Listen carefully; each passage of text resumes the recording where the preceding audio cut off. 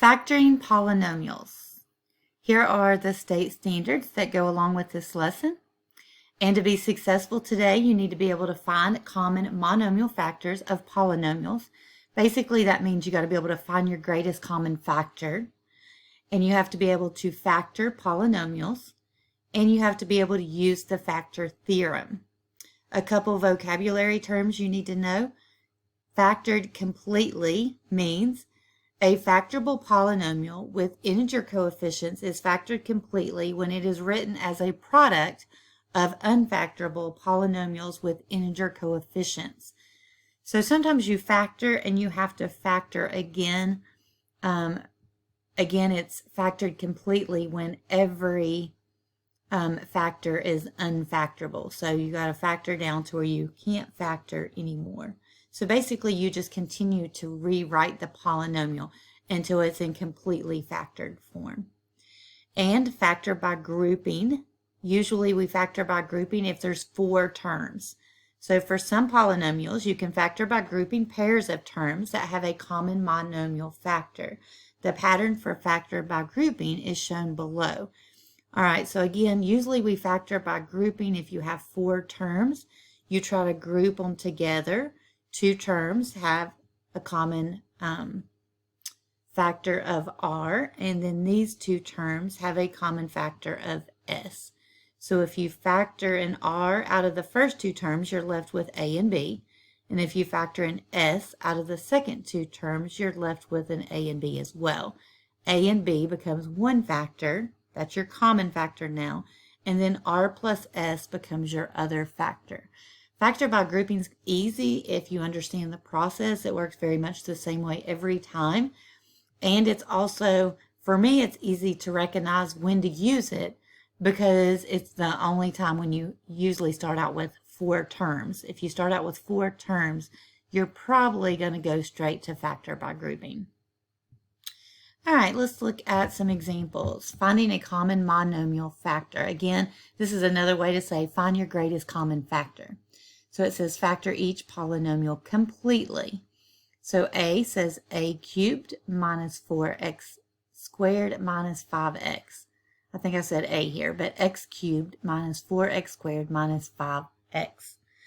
All right, so each term has a common factor of x. So we can first factor out an x.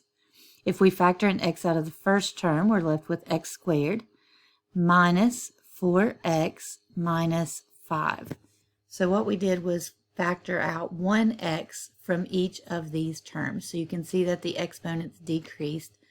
And this one, since we factored out this x, there's no longer a variable here.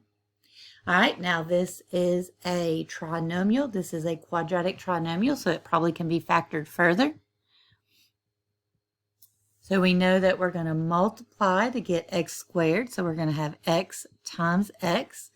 And then to find our 2 factors, we're going to say what multiplies to give us -5 and adds to give me -4. Well, 5 is a prime number, so 1 times 5 is the only thing that multiplies to give us 5. So we know those have to be our numbers. And opposite signs multiply to give us a negative. So we're going to have 1 plus and 1 negative, but we need -4 when we add these together. So if I have a +1 and a -5, that gives me -4. If I switch the signs, if I have a +5 and a -1, that gives me a +4 in the middle. So where the sign is negative, that is important. So we're going to have a negative and a positive. Those cannot be factored any further. So we know that that is factored completely. All right, let's move on to B part. We've got 12y cubed minus 3y. This time we can see that both of these are multiples of 3, and they both have a y in common. So we're going to factor out 3y. That's going to be our common monomial factor, or our greatest common factor. And then I have to say 3 goes into 12 4 times, and y squared is still there. Now, you may say that you're done, but 3y times something has to give me -3y. If I leave it like this, that gives me my 12y cubed when I'm checking it, but this part is not here. So what is multiplied by 3y is multiplied by -1 in order to give you -3y. All right, so just think about this is what we're doing is rewriting this in a different form, but it still has to be equivalent to the step above it. So it's easy to check. 12y cubed, 3y times -1 is -3y. All right, now 4y squared is a perfect square. 1 is a perfect square. So again, we're not finished factoring. So we're going to bring down the 3y again. That's part of our answer. And we're going to rewrite this into two binomials again. So this is a difference of squares. Okay, review your notes if you forgot. A difference of squares, we're going to have the same binomial, different sign in the middle. So what multiplies to give us 4y squared? 2y and 2y. And then I'm going to have +1 and -1. And again, you can check this. 2y squared times 2y times 2y is 4y squared.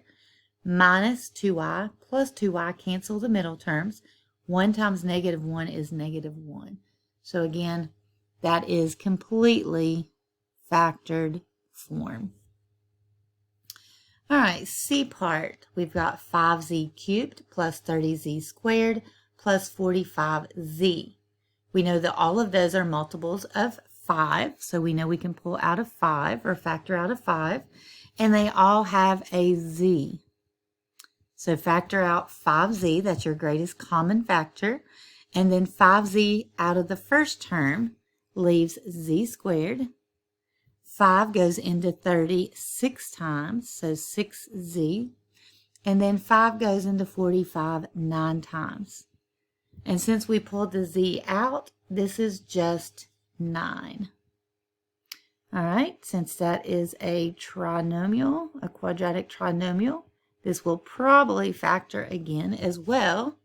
So we know that z squared is going to be z times z. That's usually the easy part. And then what multiplies to give you 9 and what adds to give you 6 at the same time. So multiplies to give you 9 would be 3 and 3. Since these are both positive, that makes that easy. Both of these are positive. So we've got 5z times z plus 3 times z plus 3. This can also be written as 5z times z plus 3 squared, since that shows up twice. So this would be acceptable, or the term at the bottom. Both of those are equivalent. All right, so again, factoring is just rewriting something in factored form. And factoring is not difficult if you're good at your multiplication tables. Being good at multiplying allows you to see those different number combinations that you need to find. Factoring the sum or difference of two cubes. All right, so if you have a perfect cube and you have another perfect cube, 125 is 5 cubed, 5 times 5 times 5. So here I have a difference of cubes. And here we'll have to factor out a greatest common factor, but I'm sure we will have perfect cubes as well. So let's get started. Here you have two special factoring patterns. Here you have a sum of cubes, and here you have a difference of cubes. And you'll see a sum has a plus here, and a difference has a negative here. So we know this is going to be a difference of cubes. All right, and then you just plug it right into this pattern or this formula here. All right, so the first thing we need to do is figure out x cubed is our first term, so that's x cubed. And then 125 is going to be 5 cubed, so this was 5 cubed. So that essentially gives us our a term and our b term. So all we have to do now is plug that straight into this formula. So a minus b, in this case, would be x minus 5. So we're going to have x minus 5. And then we're going to have a squared. Again, in this case, it's x squared. And then your middle term is plus ab. This is ab. So we're going to have plus 5x. You could put x5, but we usually always put the number before the variable. So put 5x. And then b squared. So 5 squared is 25. All right, and this will not factor further, so we know that that is factored completely. All right, so this would be 5 times 5, but 5 times 5 will not add to give me 5 in the middle. So again, you can check quickly your factors if you don't believe me, but just by looking at this, I can tell that's factored as far as it will go. All right, B part has a plus, so I'm assuming it's going to be a sum of cubes. But the first thing we have to do is notice that it has a common factor. So 16 and 54 can both have a number factored out. So that number would be 2. So we're going to bring out 2 as our greatest common factor here. So if I bring out a 2, I'm going to have 8s cubed. And then 2 from 54 is 27. All right, now I know 8 is 2 cubed. 27 is 3 cubed. And then, of course, s is, s cubed. You can hopefully figure that part out. So here we go. Now we have a sum of cubes. 2 is going to be part of our final solution. So just kind of bring it down. Right now we're just going to worry about this part here. All right. So 8, again, is 2 cubed. So we're going to have 2s cubed plus 3 cubed. And why do we rewrite it first like this? Because this identifies our a and b. And if we identify our a and b, then all we have to do is plug it right into this formula. So we're going to do a plus b. So 2s plus 3. And then we're going to have a squared. 2 squared is 4. And then s squared. So both the number and the variable is squared. And then we're going to have minus AB. 2 times 3 is 6s. And then b squared. 3 squared is 9. And again, this will possibly, this will not factor further either. Okay, at first I thought those were both perfect squares. That does not fit in the perfect square. So that is factored completely as well. Always check though to make sure that each term is factored completely and you can't go one step further. And again, you can always multiply these back together and then multiply your 2 back and you will get this when simplified. So factored form is just rewriting an equivalent expression in a different form. Make sure you have these special factoring patterns in your notes. These are not used as often as other ways of factoring, but these are still very important and you will see these throughout the rest of the year.